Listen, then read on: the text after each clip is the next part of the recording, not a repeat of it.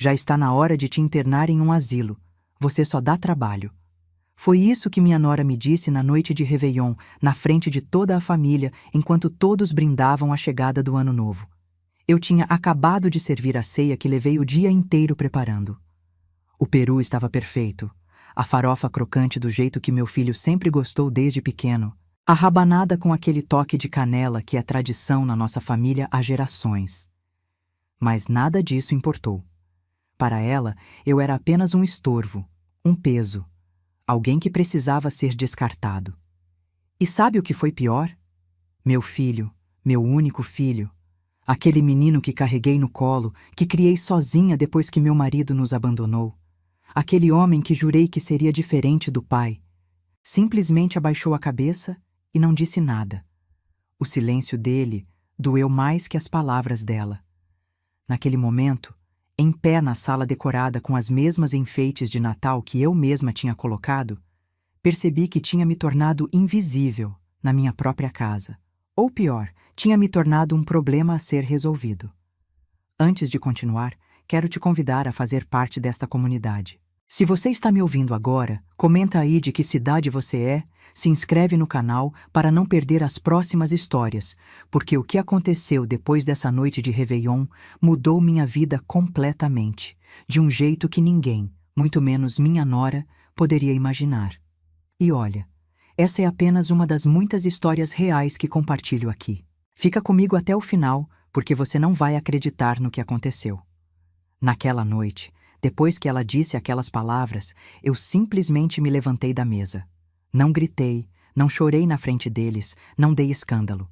Subi para o quartinho dos fundos onde eu dormia, aquele que antes era a despensa e que minha nora, gentilmente, transformou no meu espaço quando eles assumiram a casa.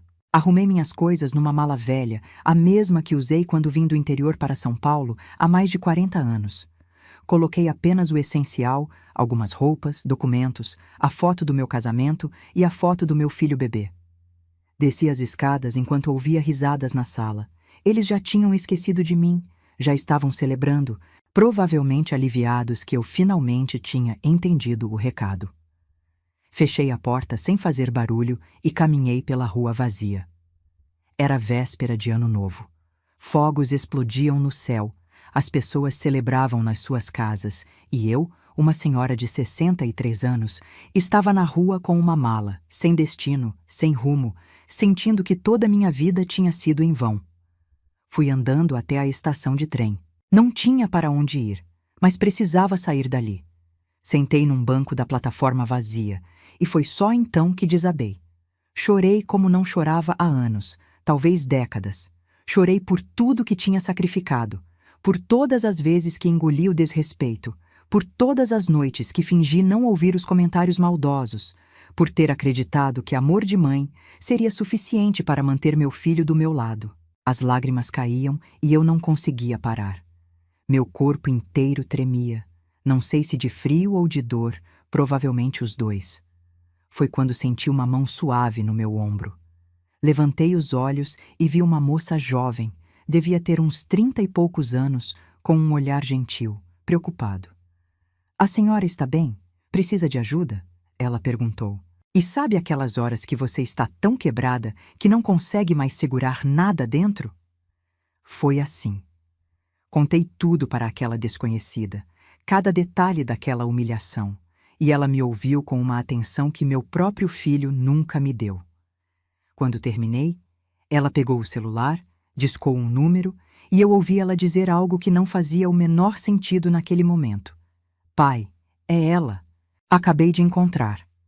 Meu nome é Helena, tenho 63 anos e durante 38 anos dediquei cada segundo da minha vida ao meu filho Rafael.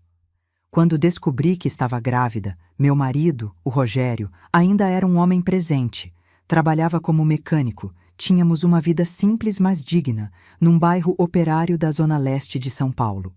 Mas a gravidez mal tinha chegado no 5º mês quando ele simplesmente desapareceu. Literalmente. Saiu para comprar cigarro, como dizem nas histórias, e nunca mais voltou. Depois descobri que tinha fugido com uma cliente da oficina, uma mulher que tinha carro importado e promessas de uma vida melhor. me deixou grávida, sem dinheiro, morando num barraco alugado que mal tinha água encanada direito. Podia ter desistido. Muita gente na minha situação teria desistido. Mas olhava para minha barriga e sabia que tinha uma vida dependendo de mim. Comecei a trabalhar como faxineira, limpava 3, 4 casas por dia. No 9º mês de gestação, ainda estava de joelhos lavando o chão, porque não podia parar, não tinha direito a parar. Rafael nasceu num hospital público, parto normal, sem nenhuma complicação, graças a Deus. E quando colocaram aquele bebezinho nos meus braços, jurei para mim mesma que ele nunca passaria pelas dificuldades que eu passei, que ele teria educação, oportunidades, que seria alguém na vida. E lutei por isso. Nossa Senhora, como lutei. Trabalhava de dia como diarista, de noite fazia faxina em escritórios, nos finais de semana lavava roupa para fora. Dormia 4, 5 horas por noite, quando muito. Rafael ficava com uma vizinha durante o dia, e à noite, enquanto ele dormia, eu saía para trabalhar. Quando ele tinha 5 anos, consegui um emprego fixo numa empresa de limpeza, com carteira assinada, benefícios. Parecia que, finalmente, as coisas estavam melhorando. Coloquei Rafael numa escola pública boa, acompanhava o dever de casa todos os dias, mesmo exausta, ia em todas as reuniões, participava de todas as festas. Ele nunca, nunca mesmo, ficou sem nada que precisasse. Enquanto outras mães compravam roupas para si, eu usava as mesmas 3 blusas durante anos para poder comprar tênis de marca para ele, para que não fosse zoado na escola. Quando Rafael entrou na adolescência, comecei a fazer horas extras, pegar mais trabalhos, porque sabia que logo viria a faculdade e eu queria que ele estudasse, que tivesse um diploma, que fosse doutor ou engenheiro, alguém respeitado. Ele passou em administração numa faculdade particular. E lá fui eu pagar mensalidades caríssimas, apertando cada centavo, vivendo de arroz e ovo para que não faltasse nada para ele. Nunca, em nenhum momento, pedi nada em troca. Mãe não pede, mãe dá. Foi o que sempre acreditei. Foi na faculdade que Rafael conheceu a Patrícia. Linda, não vou negar, toda produzida, vinha de uma família com um pouco mais de condições que a gente. O pai dela tinha uma pequena empresa de contabilidade. A mãe era professora aposentada. Quando ele me apresentou ela, percebi na hora o jeito que ela me olhou, como se estivesse avaliando mercadoria num supermercado e não tivesse gostado do que viu. Mas engoli. Engoli porque Rafael parecia apaixonado, porque eu queria que ele fosse feliz, porque achei que com o tempo ela me aceitaria, me veria como uma sogra presente, amorosa. Que ilusão! Logo depois que Rafael se formou, conseguiu um emprego bom numa multinacional, graças aos contatos do pai da Patrícia. Eles começaram a namorar sério, e eu, mesmo ganhando pouco, ajudava nas saídas deles, dava dinheiro para o Rafael levar ela em restaurantes bacanas, comprar presentes. Patrícia nunca, nunca mesmo me agradeceu por nada. Mas eu não ligava. Não estava fazendo aquilo por ela, estava fazendo pelo meu filho. Quando anunciaram o noivado, Patrícia deixou claro que não queria uma festa simples. Queria buffet, decoração, vestido importado, tudo do bom e do melhor. A família dela pagou a maior parte, mas mesmo assim tive que contribuir. Vendi as poucas joias que tinha, umas peças de ouro que eram da minha mãe, a única herança que recebi quando ela morreu. Usei o dinheiro para ajudar no casamento, para que meu filho tivesse a festa que a noiva dele exigia. E foi uma festa linda mesmo, não posso negar. Mas durante toda a cerimônia, Patrícia mal olhou na minha cara. Nas fotos oficiais, pediram para eu ficar de lado, porque a família dela era mais apresentável, como ela mesma disse. Os primeiros anos de casamento foram tranquilos, na medida do possível. Eles moravam num apartamento alugado, eu continuava no meu barraquinho, trabalhando, vivendo minha vida. Via Rafael uma vez por semana, aos domingos, quando ele vinha almoçar comigo. Eram os momentos mais felizes da minha semana. Eu preparava os pratos que ele amava desde criança: stroganoff, bife acebolado, aquela macarronada com molho vermelho cheio de carne moída. A gente conversava, ria, E por algumas horas eu sentia que ainda tinha meu filho, que todo aquele sacrifício tinha valido a pena. Mas então, Patrícia engravidou. E tudo mudou. Ela teve uma gravidez difícil, complicada, ficou de repouso a maior parte do tempo. Rafael estava desesperado, trabalhando muito para dar conta das contas que só aumentavam.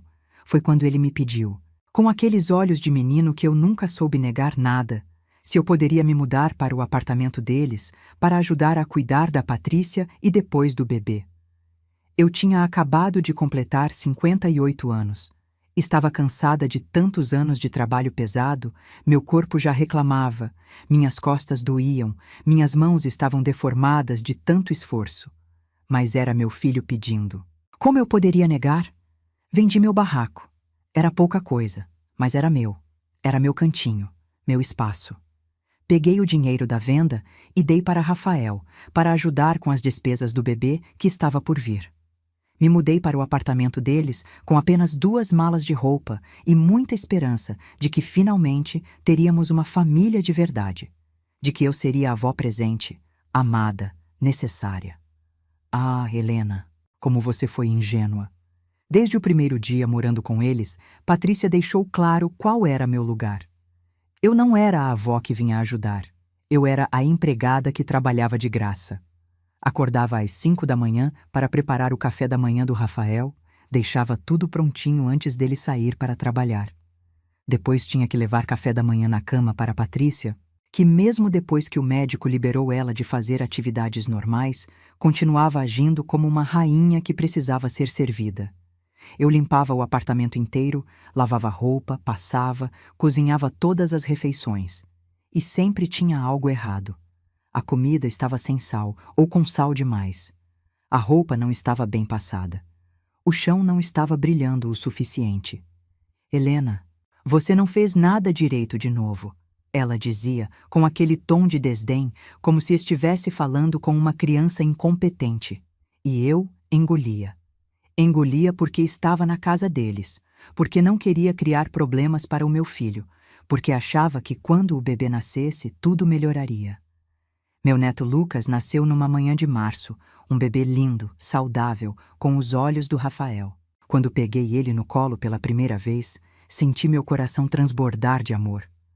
Pensei que finalmente teria alguém para amar incondicionalmente de novo, que seria uma avó babona, daquelas que estraga neto com carinho e doces. Mas Patrícia tinha outros planos. Ela me usou como babá em tempo integral, mas não me deixava criar nenhum vínculo com Lucas. Eu trocava fraldas, dava mamadeira, acordava de madrugada quando ele chorava, ninava ele até dormir. Mas se alguém visitava, se tinha foto para tirar, eu tinha que desaparecer. Era sempre Patrícia, a mãe perfeita, segurando o bebê, sorrindo para as câmeras, postando nas redes sociais sobre como estava sendo maravilhoso ser mãe. Maravilhoso porque tinha uma escrava em casa fazendo todo o trabalho. Os meses foram passando e a situação só piorava. Rafael trabalhava cada vez mais, chegava tarde, saía cedo. Nos raros momentos que estava em casa, Patrícia fazia questão de reclamar de mim na frente dele. Seu filho chora demais porque sua mãe não sabe cuidar direito dele, ela dizia. A casa está sempre uma bagunça, não sei para que ela está aqui se não faz nada direito. E meu filho, meu Rafael, aquele menino que eu criei sozinha, que defendi de todo mundo, simplesmente concordava com a cabeça, cansado demais para questionar, fraco demais para me defender. Um dia, quando Lucas tinha uns 8 meses, Patrícia disse que eles precisavam de mais espaço, que o apartamento estava pequeno. Rafael tinha recebido uma promoção no trabalho, estavam ganhando melhor. Achei que iam simplesmente alugar um lugar maior. Mas não, eles tinham outros planos. Patrícia convenceu Rafael a usar o dinheiro que eu tinha dado da venda do meu barraco, que estava guardado, junto com uma parte que eles tinham economizado e um financiamento, para comprar uma casa. Uma casa de 3 quartos num bairro legal, com quintal, churrasqueira, tudo que uma família poderia querer. Eu fiquei feliz por eles, genuinamente feliz. Até percebi que na divisão dos quartos não tinha um para mim. Mas e eu, filho? Onde vou ficar? Perguntei para Rafael, sentindo um aperto no peito. Calma, mãe, a gente arruma um espaço para a senhora, ele disse sem me olhar nos olhos. O espaço que arrumaram foi a antiga despensa, um cômodo de menos de 6 metros quadrados nos fundos da casa, que mal cabia uma cama de solteiro e um armário pequeno. Não tinha janela, só uma pequena abertura para ventilação. No verão, aquilo virava um forno, no inverno congelava. Mas eu aceitei. Aceitei porque não tinha para onde ir, porque tinha dado todo o meu dinheiro para eles, porque ainda acreditava que as coisas melhorariam. Continuei trabalhando como empregada na casa que foi comprada com meu dinheiro. Cozinhava, limpava, cuidava do Lucas, que já estava maior, e me chamava pelo nome, nunca de vovó, porque Patrícia não deixava. Ele pode confundir e achar que você é importante, ela disse uma vez, rindo, como se fosse uma piada. Foi piorando gradualmente. Eles começaram a me tratar não só como empregada, mas como empregada ruim, incompetente, que estava ali por pena. Patrícia dava ordens o dia inteiro. Helena, vai lavar o carro. Helena, vai limpar o quintal. Helena, a comida está horrível, joga fora e faz outra. Não importava que eu tivesse passado horas preparando aquela refeição, que tivesse colocado amor em cada ingrediente. Para ela era lixo, e eu tinha que fazer tudo de novo. Começaram a me excluir das coisas em família. Quando faziam um churrasco no final de semana com os amigos deles, eu tinha que ficar na cozinha preparando tudo, mas não podia sentar à mesa com eles. É melhor você comer depois, Helena. Os convidados podem ficar constrangidos, Patrícia dizia. Constrangidos com o quê? Com a presença de uma senhora de 60 e poucos anos que trabalhou a vida inteira para dar uma vida digna ao filho? No aniversário do Lucas, festas sempre grandes e caras, eu era responsável por toda a organização, limpeza antes e depois, preparar comida para os adultos. Mas nas fotos eu tinha que desaparecer. Fica ali no canto, Helena, você vai estragar a foto, Patrícia dizia, empurrando eu para longe sempre que alguém tirava uma câmera. Nas redes sociais dela, era como se eu não existisse. Era sempre ela, Rafael e Lucas, a família perfeita. Teve uma vez que adoeci, peguei uma gripe forte, estava com febre, mal conseguia ficar de pé. Pensei que finalmente teriam um pouco de compaixão, que me deixariam descansar. Mas não. Patrícia entrou no meu quartinho. Me viu deitada, tremendo de febre, e disse: Helena, tem roupa para lavar, a casa está uma bagunça, e o Lucas precisa ir no parquinho. Levanta dessa cama, doença é frescura. Eu me arrastei, tomei um remédio barato que tinha comprado com as migalhas que conseguia guardar e fui fazer minhas obrigações.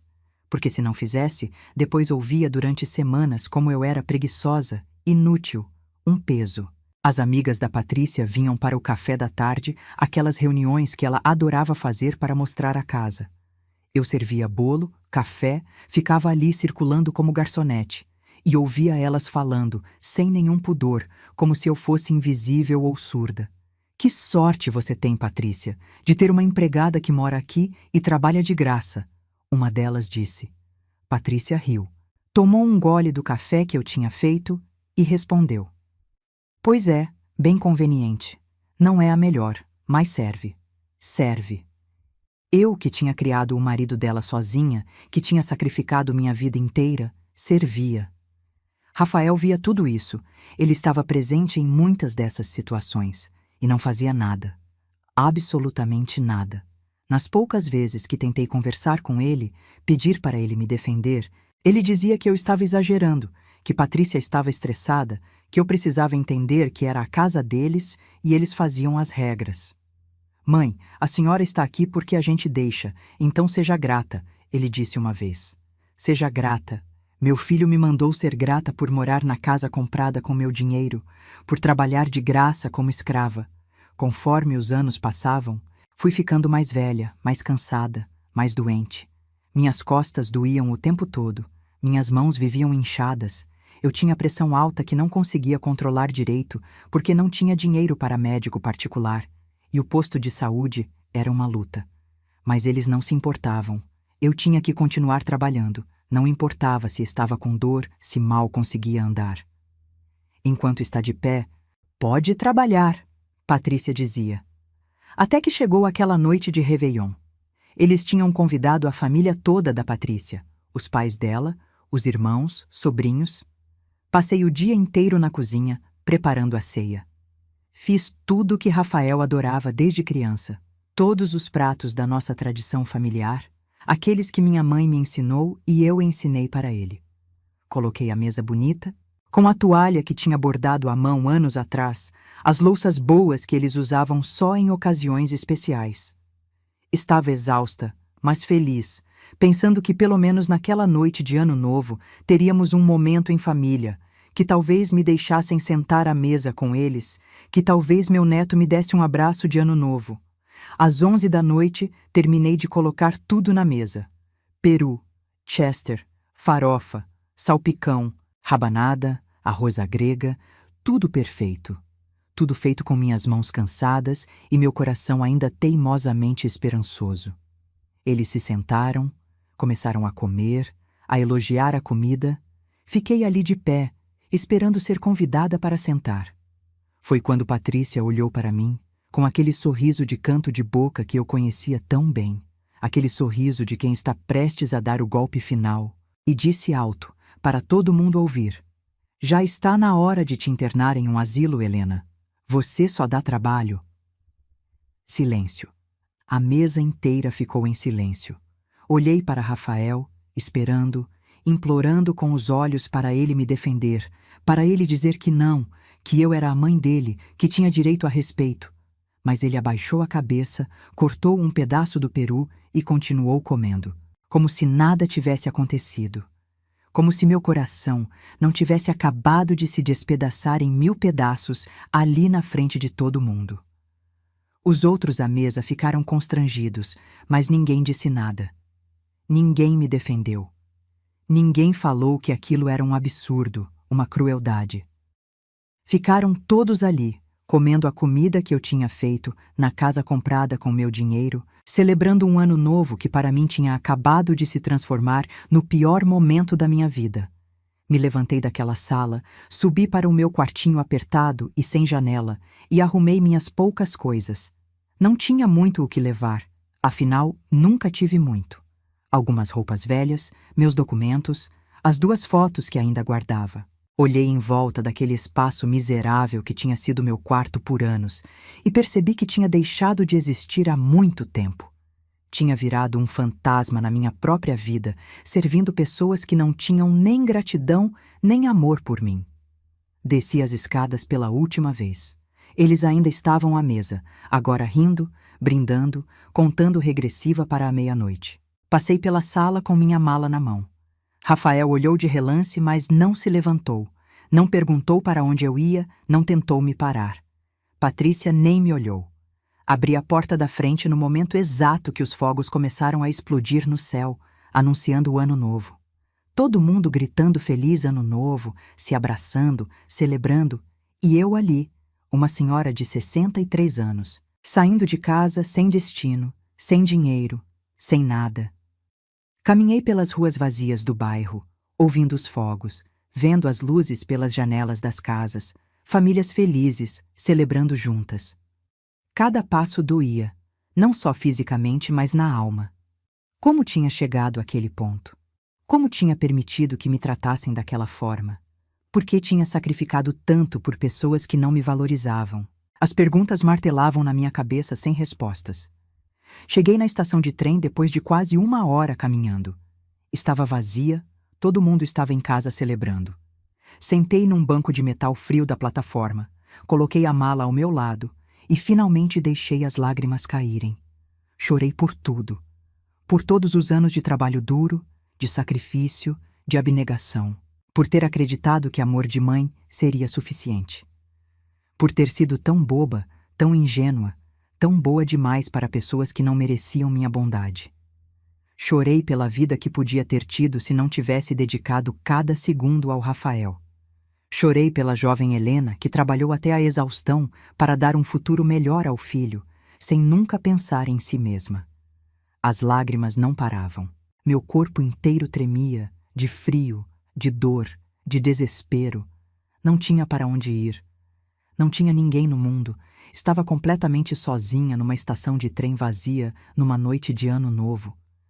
Meu filho tinha me abandonado da mesma forma que o pai dele tinha me abandonado anos atrás. A diferença é que dessa vez doía muito mais, porque eu tinha dedicado minha vida inteira para evitar exatamente esse momento. Foi quando senti uma mão suave no meu ombro. Sobressaltei, limpei as lágrimas rapidamente, envergonhada. Olhei para cima e vi uma moça jovem, bonita, com olhos gentis e preocupados. Ela tinha mais ou menos a idade que meu filho, talvez uns 30 e poucos anos. Estava bem vestida, carregava algumas sacolas de compras. "A senhora está bem?" Ela perguntou com uma voz doce que eu não ouvia há tanto tempo. "Precisa de ajuda?" Ia dizer que estava tudo bem, que era só um momento ruim, que logo ia passar. Mas não consegui. As palavras simplesmente saíram, toda a história, todo o sofrimento, toda a humilhação. Contei para aquela completa desconhecida tudo o que tinha acontecido, desde a criação do Rafael sozinha até a frase cruel da Patrícia algumas horas atrás. Ela se sentou ao meu lado e me ouviu, realmente ouviu, com uma atenção que meu próprio filho nunca me deu. Quando terminei, ela estava com lágrimas nos olhos também. Pegou minha mão, apertou com carinho e disse: "A senhora não merecia nada disso. Nada."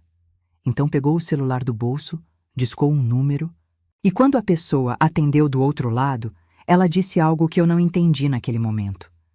"Pai, é ela. Acabei de encontrar." Fiquei confusa, olhando para ela sem entender. Ela estava falando de mim? Como assim tinha me encontrado? A gente nunca tinha se visto antes na vida. Ela desligou o telefone, olhou para mim com um sorriso tranquilizador e disse: "Meu pai está vindo buscar a senhora. A senhora vai ficar bem, eu prometo." "Mas, moça, eu não entendo. Você não me conhece. Por que está fazendo isso?" Perguntei, completamente perdida. Ela respirou fundo, limpou as próprias lágrimas e começou a explicar. "Meu pai me pediu há alguns dias para ficar de olho nas estações de trem e rodoviárias nas festas de final de ano. Ele disse que uma senhora muito especial poderia aparecer por aqui. Alguém que precisaria de ajuda. Me deu uma descrição, disse a idade aproximada.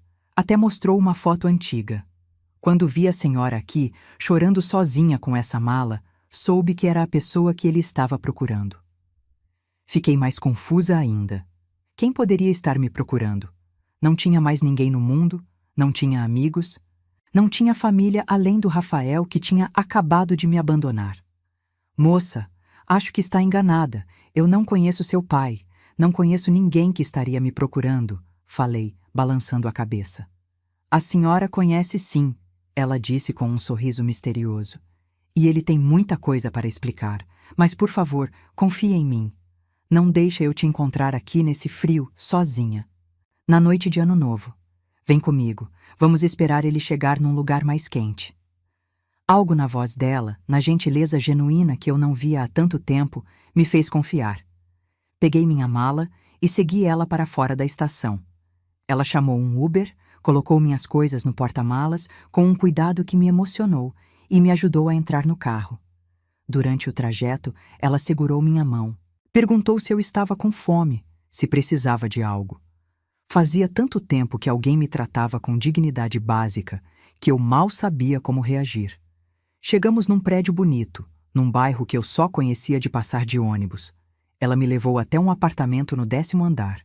Abriu a porta e me guiou para uma sala ampla, bem decorada, com sofás confortáveis e uma vista linda da cidade. "Senta aqui, fica à vontade." "Vou fazer um chá para a senhora", ela disse, desaparecendo na cozinha. Sentei naquele sofá macio, olhando em volta completamente perdida, tentando entender o que estava acontecendo. Olhei para as fotos na estante. Tinha várias da moça em diferentes fases da vida, sempre com um homem mais velho que devia ser o pai dela. Um homem bonito, com olhos gentis, sorriso largo. E então, meu coração parou. Em uma das fotos, mais antiga, meio desbotada, reconheci alguém. Era impossível, tinha que estar vendo coisas, mas juro que era ele. A moça voltou com uma bandeja, 2 xícaras de chá fumegante, alguns biscoitos. Colocou tudo na mesinha de centro e sentou ao meu lado. Meu nome é Amanda, aliás. Desculpa, esqueci de me apresentar direito com toda a correria. Ela disse, estendendo a mão. Apertei a mão dela, ainda em choque, sem conseguir falar. Seu pai. Comecei, mas minha voz falhou. Limpei a garganta e tentei de novo. Essa foto ali, eu conheço esse homem, mas é impossível, faz tanto tempo. Amanda sorriu, um sorriso triste, mas esperançoso. Não é impossível, Helena. Meu pai é o Rogério, seu ex-marido, e o pai do Rafael. O mundo girou. Literalmente senti tudo girando ao meu redor. Rogério. O homem que tinha me abandonado grávida há mais de 38 anos. O homem que eu tinha odiado, que tinha me jurado esquecer, que tinha apagado da minha vida e da vida do Rafael. Ele estava vivo, estava aqui em São Paulo e tinha mandado a filha me procurar. Eu sei que é muito para processar, Amanda disse, segurando minha mão de novo. E meu pai sabe que não tem perdão para o que fez. Mas, por favor, deixa ele te explicar. Tem muita coisa que a senhora não sabe, muita coisa que ele precisava resolver antes de poder aparecer de novo. Antes que eu pudesse responder, ouvi a chave girando na porta. Amanda se levantou e eu fiquei ali paralisada no sofá. A porta se abriu e entrou um homem que eu, ao mesmo tempo, reconheci e não reconheci. Era Rogério, sem dúvida, mas um Rogério mais velho, com cabelos grisalhos, alguns quilos a mais, rugas ao redor dos olhos.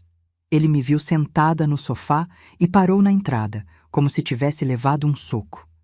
Helena, ele disse, e a voz era a mesma, aquela voz que eu tinha amado tanto há tantos anos atrás. Você não imagina quanto tempo esperei por esse momento. Quis gritar, xingar, jogar algo nele, quis levantar e sair dali, longe desse homem que tinha destruído minha vida. Mas não consegui me mover. Fiquei ali sentada, olhando para o fantasma do meu passado, enquanto milhares de sentimentos que eu tinha enterrado há décadas voltavam à superfície de uma vez. Rogério se aproximou devagar, como se estivesse com medo de me assustar. Sentou na poltrona em frente ao sofá, mantendo uma distância respeitosa. Amanda trouxe outra xícara de chá para ele e depois discretamente disse que ia para o quarto, nos deixando sozinhos. O silêncio ficou pesado entre nós. Eu não sabia nem por onde começar. Quantas décadas de dor e raiva tinham para ser ditas. Foi ele quem quebrou o silêncio. Eu sei que você me odeia, Helena, e tem todo o direito. O que eu fiz foi imperdoável. Mas, por favor, me deixa te explicar o que aconteceu. Você merece saber a verdade. A verdade? Minha voz saiu mais forte do que eu esperava, carregada de uma raiva que eu nem sabia que ainda existia. A verdade é que você me abandonou grávida, sem um centavo, para fugir com outra mulher. Essa é a verdade que eu conheço. Que outra verdade poderia existir? Rogério abaixou a cabeça, respirou fundo. Você está certa, eu fugi com outra mulher. Mas não foi da forma que você pensou todos esses anos. Ele levantou os olhos e vi lágrimas ali, lágrimas que pareciam genuínas. Aquela mulher, a Vera, ela era cliente da oficina, sim. Mas o que eu nunca te contei, o que eu estava com vergonha de contar, é que eu tinha me envolvido com agiotas, tinha feito empréstimos pesados, com juros absurdos, para tentar expandir a oficina. Pensei que conseguiria pagar, que o negócio ia decolar. Mas deu errado. Comecei a receber ameaças, ameaças de morte, não só contra mim, mas contra você e o bebê que estava por vir. Ele fez uma pausa, limpou as lágrimas com as costas da mão. A Vera era amiga de um dos caras envolvidos nesse esquema. Ela me ofereceu uma saída. Disse que se eu fugisse com ela para o Rio de Janeiro, fingiria que éramos um casal, que eu tinha abandonado tudo. Os agiotas parariam de me procurar e, principalmente, parariam de ameaçar você. Ela disse que me ajudaria a começar de novo e que quando eu tivesse juntado dinheiro suficiente, quando estivesse seguro, eu poderia voltar e te buscar o Rafael. Fiquei em silêncio, processando aquilo. Queria acreditar, Parte de mim desesperadamente queria acreditar que ele não tinha simplesmente me abandonado por maldade. Mas outra parte, a parte que tinha sofrido sozinha todos aqueles anos, não conseguia aceitar tão fácil. Mas você nunca voltou, eu disse, a voz tremendo. 38 anos, Rogério. 38 anos eu criei nosso filho sozinha. Trabalhei até quase morrer, sacrifiquei tudo. E você nunca apareceu. Porque quando tentei, já era tarde demais, ele respondeu com a voz quebrada. Fiquei no Rio de Janeiro trabalhando, guardando cada centavo. A Vera me ajudou a montar uma pequena mecânica lá. Foi difícil no começo, mas aos poucos o negócio cresceu. Durante todo esse tempo, eu mandava dinheiro para você. Todo mês, depositava numa conta no seu nome, achando que você estava recebendo. Eu nunca recebi dinheiro nenhum, falei confusa. Nunca soube de conta nenhuma no meu nome. Rogério balançou a cabeça com raiva de si mesmo. Eu descobri isso tarde demais. O homem que eu paguei para fazer os depósitos, um advogado que eu confiei, estava roubando o dinheiro. Só descobri anos depois, quando fui pessoalmente ao banco checar. Tentei processar ele, recuperar o dinheiro, mas o cara tinha falido, sumido. Perdi tudo que tinha mandado para você durante quase 10 anos. Queria tanto acreditar nessa história, mas parecia fantasiosa demais, conveniente demais. E a Amanda? Ela é filha sua com essa Vera? Perguntei. Não, ele respondeu. A Vera nunca quis ter filhos e nosso relacionamento nunca foi real. Era uma fachada, uma conveniência. Ela tinha os próprios motivos para querer sair de São Paulo, fugir de algumas situações. Ficamos juntos por quase 10 anos, como amigos morando juntos basicamente. Quando finalmente eu tinha juntado dinheiro suficiente para voltar para cá, para te procurar, ela morreu. Câncer. Foi rápido, doloroso. Cuidei dela até o fim, porque apesar de tudo, ela tinha me ajudado quando eu mais precisei. Ele limpou as lágrimas de novo antes de continuar. A Amanda é filha do meu segundo relacionamento, com a Mariana, que conheci alguns anos depois da morte da Vera. Mariana era uma mulher incrível, amorosa, me incentivou a te procurar, a tentar recuperar o tempo perdido. Ficamos juntos 10 anos, tivemos a Amanda. Mas ela também morreu. Um acidente de carro quando Amanda tinha só 6 anos. Olhei para aquele homem quebrado, marcado pela vida tanto quanto eu. Parte de mim ainda sentia raiva, mágoa, por todos os anos perdidos. Mas outra parte, uma parte que eu estava tentando reprimir, sentia pena, sentia até um resquício daquele amor antigo que um dia tivemos. Quando finalmente voltei para São Paulo, Rogério continuou. Você tinha sumido do seu antigo endereço. Procurei por anos. Contratei detetive particular, gastei tudo o que tinha, mas você tinha desaparecido completamente. Foi só recentemente, há uns 2 meses, que consegui descobrir onde você estava. Descobri que estava morando com o Rafael, com nosso filho. Meu coração apertou, ouvindo ele falar do Rafael com tanta emoção. Você sabe do Rafael? Sabe onde ele está? Sei de tudo, Helena, ele disse com tristeza. Sei que você criou ele sozinha, sei de todo o seu sacrifício. E sei também como ele está te tratando.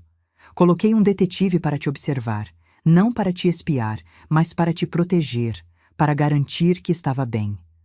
O que descobri me deixou com uma raiva que eu nem sabia que ainda era capaz de sentir. Ele se levantou da poltrona, começou a andar pela sala, visivelmente agitado.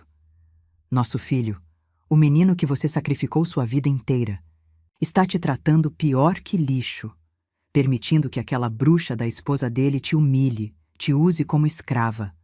Quando descobri, quis ir lá e acabar com ele, bater nele até ele entender o quanto é um ingrato. Mas Amanda me segurou, me fez pensar. Amanda apareceu da porta do quarto nesse momento, como se estivesse esperando a deixa.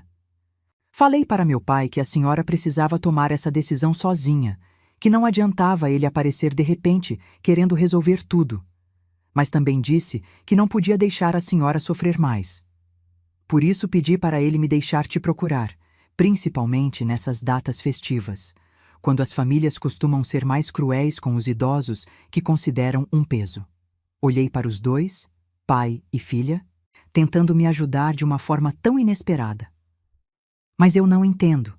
Mesmo que toda essa história seja verdade, mesmo que você não tenha me abandonado por maldade, o que você espera agora? Que eu simplesmente te perdoe e a gente volte a ser uma família feliz depois de quase 40 anos?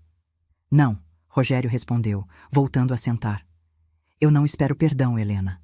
Não mereço. Mas o que descobri recentemente muda tudo. E você precisa saber. Precisa saber antes de decidir qualquer coisa sobre seu futuro. Olhei para ele, vendo que tinha algo mais, algo grande que ele ainda não tinha contado. O que você descobriu? Rogério pegou o celular, mexeu um pouco e me mostrou a tela. Era uma matéria de jornal, alguma coisa sobre uma ação judicial, valores, nomes que eu não reconheci de imediato. Lembra da oficina que eu tinha? Aquela que eu tentei expandir e que me meteu em dívidas com agiotas? Lembro, respondi, sem entender aonde ele queria chegar. O terreno onde ficava a oficina eu nunca vendi. Não podia vender na época porque tinha sido dado como garantia para os agiotas. Quando fugi, deixei aquilo para trás. Achei que tinha perdido. Mas acontece que existe uma lei que, após certo tempo, dívidas com agiotas prescrevem, especialmente quando os credores somem, morrem ou não reclamam a propriedade. Esse foi o caso. Ele ampliou a imagem na tela. Há uns 5 anos, uma construtora quis comprar aquele terreno. Era numa área que valorizou muito, virou zona comercial nobre. Eles me procuraram através de anúncios nos jornais, na internet. Descobri que o terreno valia uma fortuna. Vendi por um valor que mudou minha vida completamente. E sabe o que mais descobri quando fui mexer nos documentos antigos? Balancei a cabeça sem conseguir falar. O terreno estava em nome dos dois. Seu nome estava nos documentos de propriedade, Helena. Metade daquilo era seu. É seu. Por lei, metade do valor da venda te pertence. Fiquei paralisada. Não podia ser verdade. Quanto? Quanto foi a venda? Consegui perguntar. 8 milhões de reais. Rogério respondeu calmamente.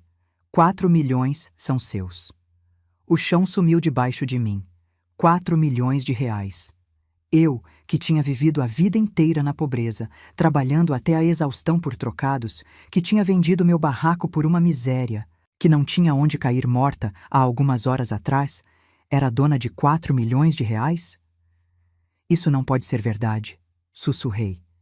Tem que ser algum engano, alguma pegadinha cruel. Amanda se aproximou, se ajoelhou na minha frente, segurou minhas mãos. Não é pegadinha, Helena, é verdade. Meu pai guardou seu dinheiro todo esse tempo. Tentou te encontrar para te dar, e agora finalmente conseguiu. Você é uma mulher rica. Você não precisa mais depender de ninguém. Não precisa mais aceitar humilhação de ninguém. As lágrimas voltaram, mas dessa vez eram diferentes. Não era mais desespero, abandono. Era choque, alívio, e algo que eu não sentia há tanto tempo que mal conseguia reconhecer. Esperança. Rogério se levantou, foi até um escritório ao lado da sala e voltou com uma pasta cheia de documentos.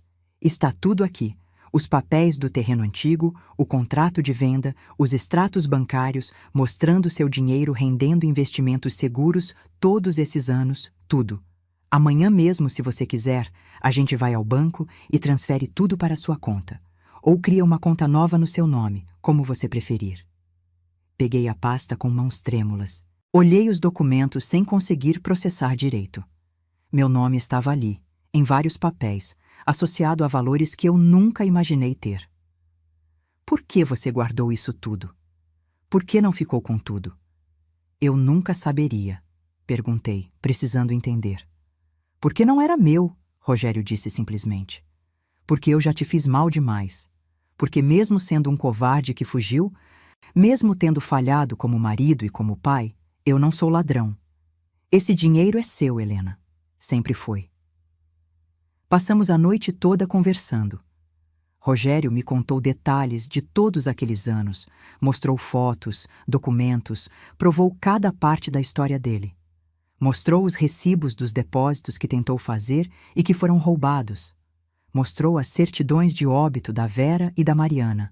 Mostrou relatórios dos detetives que contratou, tentando me encontrar durante anos. Amanda completava a história com memórias dela, de como o pai sempre falou de mim, de como tinha esse peso de arrependimento que carregava. E lentamente, muito lentamente, a raiva antiga foi dando lugar a uma compreensão complexa. Não era perdão completo, não ainda, mas era um começo de aceitar que a vida é mais complicada que vilões e vítimas, que às vezes pessoas fazem escolhas ruins por razões que fazem sentido para elas no momento, mesmo que essas escolhas machuquem quem está ao redor. E o Rafael? Perguntei em algum momento da madrugada. Você quer conhecer ele? Ele é seu filho também. Rogério ficou quieto por um momento, pensativo. Quero. Claro que quero. Mas não agora. Agora ele te tratou de uma forma imperdoável. E antes de ser meu filho, ele precisa aprender a ser um ser humano decente. Isso é com você, Helena. Você decide se quer dar essa chance para ele, se quer que ele saiba sobre mim, sobre o dinheiro, sobre tudo. Era muita informação, muita mudança para uma noite só. Estava exausta, emocional e fisicamente. Amanda percebeu e me levou para o quarto de hóspedes, um cômodo lindo, com uma cama enorme e confortável, banheiro privativo, tudo impecável. Descansa, Helena. Amanhã a gente resolve tudo com calma. Você está segura agora, ela disse, me dando um abraço apertado antes de sair. Deitei naquela cama macia, coberta com lençóis cheirosos, num quarto aquecido, e finalmente deixei meu corpo relaxar. Tinha saído de casa há poucas horas atrás, querendo morrer, sem esperança, sem futuro. E agora estava ali, descobrindo que tinha 4 milhões de reais, que meu ex-marido tinha voltado depois de quase 40 anos, com uma explicação que fazia sentido, que tinha uma enteada gentil querendo me acolher. Era surreal demais. Dormi profundamente pela primeira vez em anos, sem dor nas costas, sem preocupação, sem medo do dia seguinte. Acordei com cheiro de café fresco. Levantei devagar, ainda processando se tudo tinha sido real ou um sonho muito vívido. Mas não. Estava mesmo naquele quarto bonito, usando um pijama limpo que Amanda tinha me emprestado na noite anterior. Tomei um banho demorado naquele banheiro maravilhoso, com água quente forte, produtos de qualidade. Me arrumei e saí para a cozinha. Amanda estava lá, preparando um café da manhã completo. Rogério estava sentado à mesa, lendo jornal. A cena era tão normal, tão familiar, que meu coração apertou. Bom dia, falei, ainda meio tímida. Bom dia, Helena. Dormiu bem? Amanda perguntou com um sorriso genuíno. Fiz tapioca, café, suco de laranja, tem pão francês também se preferir. Mas sentei à mesa e pela primeira vez em décadas, alguém me serviu café da manhã. Comemos conversando amenidades, como uma família normal. Rogério perguntou como eu estava me sentindo, se tinha pensado sobre os próximos passos. Amanda contou sobre o trabalho dela. Era arquiteta, bem-sucedida, tinha herdado do pai a determinação e o talento para recomeçar. Depois do café, Rogério trouxe novamente a pasta com os documentos. Helena, sei que é muita coisa para processar, mas precisamos resolver as questões práticas. Você precisa de documentos atualizados, conta bancária, precisa assumir o controle do que é seu. Passamos os dias seguintes resolvendo burocracias. Fomos ao banco, abriram uma conta especial para mim, transferiram o dinheiro. Ver aquele saldo na tela, 4 milhões e alguns mil reais, rendendo juros, me deu uma tontura. Era real, era meu. Eu era financeiramente independente pela primeira vez na vida. Rogério me ajudou a contratar um advogado, um contador, pessoas de confiança para me orientar. Aprendi sobre investimentos, aplicações, como fazer aquele dinheiro render de forma segura. Descobri que com os juros e rendimentos mensais, eu podia viver confortavelmente pelo resto da vida sem nunca precisar trabalhar de novo, sem depender de ninguém. Mas tinha uma questão pendente. Rafael e Patrícia. e a forma como tinham me tratado. Durante dias fiquei pensando no que fazer. Rogério e Amanda deixaram claro que me apoiariam em qualquer decisão, mas que achavam que eu merecia justiça, merecia pelo menos que eles soubessem o quanto tinham errado. Foi Amanda quem teve a ideia. Helena, você não precisa ser cruel, não é esse tipo de pessoa. Mas eles precisam aprender uma lição. Precisam entender que não se trata pessoas assim, principalmente não a mãe que sacrificou tudo. E foi assim que começamos a planejar. Não uma vingança cruel, mas uma lição, uma forma de mostrar para Rafael e Patrícia exatamente o que tinham perdido, o que tinham jogado fora por ganância e ingratidão. Fiquei 2 semanas sem dar notícias. 2 semanas nas quais Rafael não me procurou, não me ligou, não perguntou se eu estava viva ou morta. Isso confirmou tudo o que eu precisava saber sobre o quanto ele realmente se importava comigo. Rogério, por outro lado, teve que me segurar várias vezes para não ir lá confrontar o filho. Calma, você vai ter sua chance, Amanda dizia para ele, mas do jeito certo, no tempo certo. Enquanto isso, fui me transformando. Amanda me levou em salões, compramos roupas bonitas, fiz tratamentos, olhei no espelho e vi uma mulher diferente. Não era mais a Helena curvada, cansada, envelhecida antes do tempo pelo trabalho duro. Era uma senhora elegante, bem cuidada, com dignidade estampada no rosto. O advogado que Rogério me indicou, Dr. Maurício, era excelente. Descobriu várias coisas interessantes. A casa onde Rafael e Patrícia moravam, comprada com meu dinheiro, ainda tinha meu nome em alguns documentos como contribuinte da compra. Legalmente, eu tinha direito a uma parte dela. Além disso, todo o trabalho que fiz durante anos como empregada sem remuneração poderia ser cobrado judicialmente. Senhora Helena, Dr. Maurício disse numa reunião, a senhora tem um caso fortíssimo. Pode processar por trabalho escravo, por apropriação indébita, por abuso de idosa. Posso fazer eles pagarem, e muito. Mas não era sobre dinheiro. Eu tinha dinheiro agora, mais do que precisaria em várias vidas. Era sobre dignidade, era sobre justiça, era sobre ensinar uma lição que meu filho deveria ter aprendido há muito tempo. Respeito. Marcamos uma reunião na casa deles, eu, Dr. Maurício, e Amanda como minha acompanhante. Rogério quis ir junto, mas concordamos que ainda não era a hora dele aparecer. Isso seria um segundo ato, se necessário. Cheguei naquela casa, a casa comprada com meu dinheiro, dirigindo um carro que Amanda tinha me ajudado a comprar, um sedã bonito e confortável. Toquei a campainha e foi Patrícia quem atendeu. A cara dela quando me viu foi impagável. Choque, confusão, um pouco de medo talvez. Helena? O que você está fazendo aqui? Ela perguntou, olhando para o carro, para minha roupa nova, sem entender nada. Vim ter uma conversa com você e com meu filho. Respondi calmamente. Podemos entrar? Ela ficou sem ação por um momento, mas acabou abrindo a porta. Rafael estava na sala, assistindo televisão. Quando me viu, levantou com cara de poucos amigos. Mãe, onde a senhora estava? A gente ficou preocupado. Ele mentiu descaradamente. Ficaram tão preocupados que não me ligaram.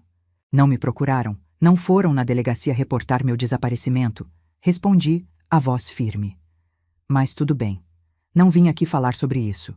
Esse é Dr. Maurício, meu advogado, e essa é Amanda, minha amiga. O clima ficou tenso. Rafael e Patrícia se entreolharam, claramente desconfortáveis com a presença de um advogado. Advogado? Para que a senhora precisa de advogado? Rafael perguntou. Senta, filho. Você também, Patrícia. Temos muito para conversar. Falei, apontando para o sofá. Era surreal estar dando ordens naquela casa onde fui tratada como escrava por tanto tempo. Eles se sentaram, visivelmente nervosos. Dr. Maurício abriu a pasta que tinha trazido, cheia de documentos. Senhor Rafael, senhora Patrícia, estou aqui representando a senhora Helena em algumas questões legais referentes a esta propriedade e ao tratamento que ela recebeu enquanto morava aqui. Que tratamento? Nós demos um teto para ela, comida, tudo o que precisava. Patrícia retrucou imediatamente na defensiva. Amanda soltou uma risada sem humor. Um teto. Vocês deram um quartinho de despensa sem janela para a mulher que financiou a compra desta casa. Comida? Ela cozinhava tudo e comia as sobras quando vocês deixavam. Tudo o que precisava? Vocês a usaram como escrava por anos. Olha aqui, moça, você não sabe de nada da nossa vida familiar, Rafael disse, se levantando com raiva. Senta, Rafael, falei, e algo no meu tom fez ele obedecer. Deixa eu te contar algumas coisas que você não sabe. Aquele dinheiro que eu dei para ajudar a comprar esta casa, lembra dele? Eu disse que tinha vendido o barraco, e vendi mesmo, mas aquele dinheiro era a única coisa que eu tinha no mundo. Era para ser meu fundo de emergência, minha segurança para a velhice. Dei tudo para você, acreditando que você cuidaria de mim, que me trataria com dignidade e amor. Patrícia revirou os olhos. Aqui vamos nós de novo com o discurso de sacrifício. Cala a boca, falei, e dessa vez minha voz saiu dura, firme, com uma autoridade que eu nunca tinha usado antes. Patrícia ficou em choque, sem palavras. Você vai me ouvir, querida Nora. Você vai ouvir cada palavra que tenho para dizer. Durante anos você me humilhou, me tratou como lixo, me usou e abusou. E você, olhei para Rafael, você permitiu. Você, meu filho, que eu criei sozinha, que trabalhei 3 empregos para dar educação, para dar oportunidades, simplesmente ficou quieto enquanto sua esposa me destroçava. Mãe, eu. Rafael começou, mas eu levantei a mão. Não terminei. Na noite de Réveillon, quando sua esposa disse que era hora de me internar num asilo, que eu só dava trabalho, você sabe o que você fez? Nada. Abaixou a cabeça e continuou comendo o peru que eu tinha passado o dia inteiro preparando. Naquele momento, você deixou de ser meu filho. Naquele momento, você se tornou um estranho que por acaso compartilha meu sangue. As lágrimas começaram a cair do rosto do Rafael. Mas eu não senti pena. Não ainda. Dr. Maurício continuou. Vamos aos fatos legais. Esta casa foi parcialmente comprada com dinheiro da senhora Helena. Ela tem direito legal a uma porcentagem da propriedade. Além disso, durante aproximadamente 4 anos, ela trabalhou nesta residência como empregada doméstica sem nenhuma remuneração, sem folgas, sem direitos trabalhistas. Isso configura trabalho análogo à escravidão, crime previsto no Código Penal brasileiro. A cor sumiu do rosto de Patrícia. Trabalho escravo? Isso é ridículo, ela é da família. Família que a tratava como empregada, que a fazia trabalhar de sol a sol, que não a incluía em eventos familiares, que a escondeu em fotos, que a alimentava com sobras. Amanda listou, cada palavra uma facada. Tenho certeza que um juiz vai adorar ouvir essa história, ainda mais acompanhada dos depoimentos dos vizinhos que testemunharam o tratamento, das fotos de redes sociais onde Helena nunca aparece, apesar de morar aqui, dos registros médicos mostrando o quanto a saúde dela se deteriorou durante esse período. Rafael estava pálido. Mãe, por favor, a gente pode conversar sobre isso. Resolver em família não precisa envolver justiça. Família? Repeti a palavra com ironia. Você perdeu o direito de me chamar de família quando me abandonou naquela noite. Mas, Dr. Maurício, por favor, continue. O advogado ajeitou os óculos. A senhora Helena tem algumas opções. Pode processar criminalmente e civilmente, buscando reparação por danos morais, materiais e cobrança de todos os anos de trabalho não remunerado. Os valores podem chegar facilmente a algumas centenas de milhares de reais, fora a possibilidade de prisão para ambos por trabalho escravo e maus tratos a idoso. Prisão? Patrícia praticamente gritou.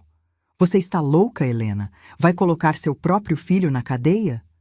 Estou considerando, respondi calmamente. Mas tem uma segunda opção. Vocês assinam alguns documentos que meu advogado preparou. Primeiro, renunciando a qualquer direito sobre a parte da casa que foi comprada com meu dinheiro. Segundo, um reconhecimento formal de dívida referente aos anos de trabalho não pago. E terceiro, um pedido formal de desculpas, reconhecendo todos os abusos, que será guardado caso eu decida no futuro proceder legalmente. E se a gente assinar isso, você deixa a gente em paz? Rafael perguntou, a voz pequena. Deixo, confirmei. Mas existe uma condição adicional. Vocês nunca mais entram em contato comigo. Nunca. Não quero ligações, mensagens, visitas. Para todos os efeitos, a partir de hoje, vocês estão mortos para mim. E o Lucas? Patrícia perguntou. Ele é seu neto. Meu coração apertou pensando no menino, mas eu sabia que tinha que ser firme. Lucas está sendo criado por vocês, aprendendo os valores de vocês. Valores de ingratidão, desrespeito, crueldade. Não quero isso na minha vida. Se um dia, quando ele for adulto, decidir me procurar, aí veremos. Mas por agora não. Rafael começou a chorar de verdade. Soluços altos, desesperados. Mãe, por favor, não faz isso. Eu reconheço que errei, que fui fraco, que deveria ter te defendido. Mas não me tira da sua vida assim.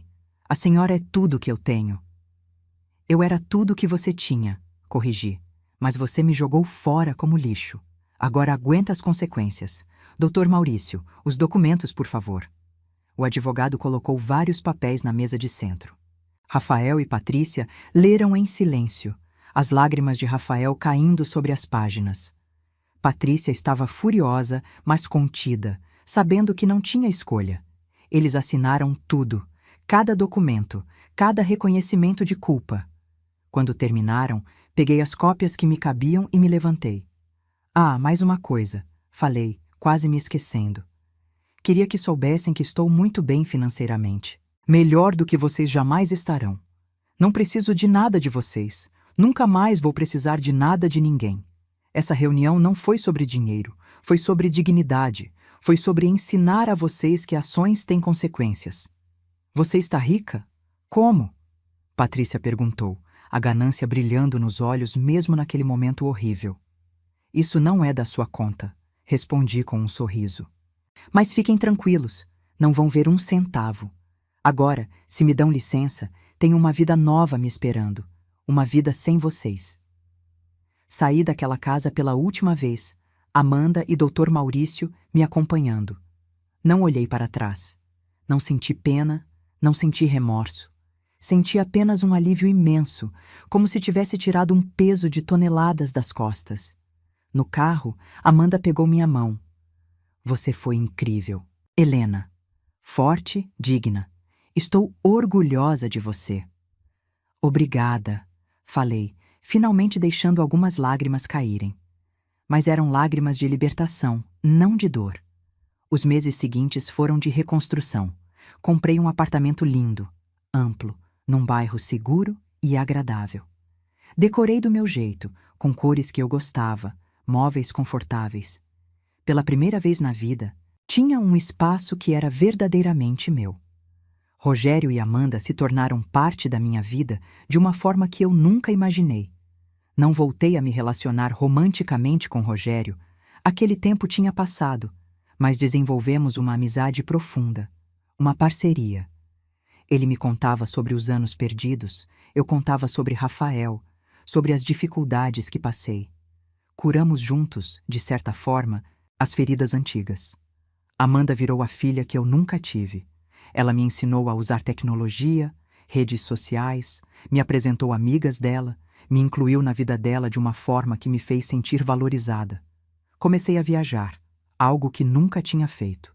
Conheci praias lindas, cidades históricas, até viajei para o exterior pela primeira vez. Cada experiência era uma descoberta, cada momento era meu. 3 meses depois daquela reunião, recebi uma mensagem de Rafael. Ele tinha conseguido meu novo número de alguma forma. A mensagem era longa, cheia de pedidos de desculpa, de súplicas para conversarmos, para eu conhecer o Lucas, para darmos uma nova chance. Deletei sem responder. Bloqueei o número. Algumas pontes, quando queimadas, não devem ser reconstruídas. Descobri através de Amanda que tinha mantido contato com alguns conhecidos comuns, que Rafael e Patrícia estavam tendo problemas financeiros. A empresa onde Rafael trabalhava tinha feito cortes. Ele tinha sido rebaixado. Estavam lutando para pagar as contas da casa. Parte de mim, uma parte muito pequena, sentiu pena. Mas a maior parte lembrou de todas as noites que passei chorando naquele quartinho sem janela, de todas as humilhações, de toda a falta de amor. Eles estavam colhendo o que plantaram. Comecei a fazer trabalho voluntário. Usar meu tempo e parte do meu dinheiro para ajudar outras mulheres em situações parecidas com a que eu vivi. Criei um pequeno fundo, com a ajuda de Amanda e orientação de Dr. Maurício, para ajudar mães solteiras, idosas abandonadas, mulheres em vulnerabilidade. Cada pessoa que eu ajudava me fazia sentir que todo o meu sofrimento tinha tido algum propósito, tinha me dado empatia e força para fazer diferença na vida de outras pessoas. 1 ano depois daquela noite de Réveillon que mudou tudo, estava sentada na varanda do meu apartamento, tomando um vinho, vendo o pôr do sol. Rogério e Amanda tinham acabado de sair depois de um almoço gostoso que fizemos juntos. Olhei em volta para a vida que tinha construído e sorri. Não era a vida que imaginei quando jovem, não era a família tradicional que sonhei ter, mas era minha, autêntica, digna. Meu telefone tocou. Número desconhecido. Atendi com cautela. Alô? Vó Helena? Uma voz de criança, insegura. Meu coração parou. Lucas. Vó, sou eu, o Lucas. Peguei o telefone da mamãe escondido para te ligar. Você sumiu. Ninguém me conta onde você está. Eu sinto sua falta. As lágrimas vieram instantaneamente. Meu neto, o menino que eu tinha cuidado desde bebê, que tinha sido proibida de amar completamente. Oi, meu amor, consegui dizer, a voz embargada. Como você está? Triste. Ele respondeu com honestidade de criança. Mamãe e papai brigam muito agora, e eu ouvi eles falando que você foi embora porque a gente foi ruim com você. É verdade? Não sabia o que responder. Como explicar para uma criança de 6 anos a complexidade de tudo o que aconteceu? Às vezes, os adultos fazem coisas que machucam outras pessoas, meu bem. E quando isso acontece, a gente precisa se afastar para se proteger. Mas eu não fiz nada, vó. Por que você se afastou de mim também? A voz dele quebrou e eu ouvi os soluços. Meu coração despedaçou. Ele tinha razão, ele era inocente em tudo aquilo. Você não fez nada errado, meu amor. Nada. E olha, quando você crescer um pouquinho mais, quando puder entender melhor, a gente conversa direito. E se você quiser, pode vir me visitar, conhecer onde eu moro agora. De verdade? A esperança na voz dele me matou e me encheu de alegria ao mesmo tempo. De verdade. Mas por agora, você cuida de você, estuda, brinca, cresce forte e saudável. E saiba que eu te amo. Sempre amei. Sempre vou amar. Tudo bem? Tudo bem, vó. Eu também te amo. E ele desligou, provavelmente ouvindo alguém chegando. Fiquei ali segurando o telefone, chorando, mas não de tristeza, de esperança. Lucas era inocente e quando tivesse idade suficiente para entender, para fazer suas próprias escolhas, eu estaria aqui. Não para criticar os pais dele, não para envenenar ele contra eles, mas para mostrar que existe outra forma de viver, de amar, de respeitar. Hoje, 2 anos depois daquela noite de Réveillon, estou com 65 anos e vivendo a melhor fase da minha vida. Tenho saúde, dinheiro, amigos verdadeiros.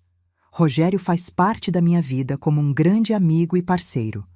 Amanda é a filha do coração que sempre quis. Viajo, aprendo coisas novas, ajudo pessoas, vivo cada dia como se fosse precioso, porque é. Rafael tentou contato mais algumas vezes ao longo desses anos. Sempre ignorei. Não tenho raiva dele, não mais. Mas também não tenho espaço na minha vida para pessoas que me fizeram tão mal. Perdoar não significa voltar. E eu aprendi isso da forma mais difícil. Soube por terceiros que eles tiveram que vender a casa, mudar para um apartamento menor, que Patrícia trabalha agora, algo que ela nunca fez antes, que estão lutando financeiramente. Não sinto alegria com o sofrimento deles, mas também não sinto vontade de ajudar.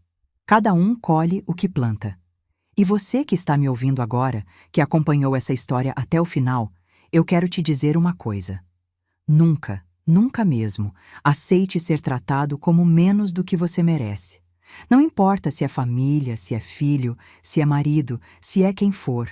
Você tem valor, você merece respeito, você merece dignidade. E se as pessoas na sua vida não conseguem ver isso, não conseguem te valorizar, talvez seja a hora de construir uma vida nova, com pessoas novas que te vejam de verdade. Demorei 63 anos para aprender essa lição. Não deixa passar tanto tempo.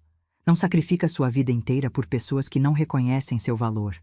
E lembra sempre, nunca é tarde para recomeçar. Nunca é tarde para escolher você mesma. Me conta aí nos comentários, o que você faria no meu lugar? Já passou por algo parecido? Como lidou? Sua história pode ajudar alguém que está passando pela mesma situação agora. Não esquece de se inscrever no canal, de compartilhar essa história e de voltar sempre para ouvir mais relatos de pessoas reais, com lutas reais e superações reais. Até a próxima. E lembra, você é mais forte do que imagina.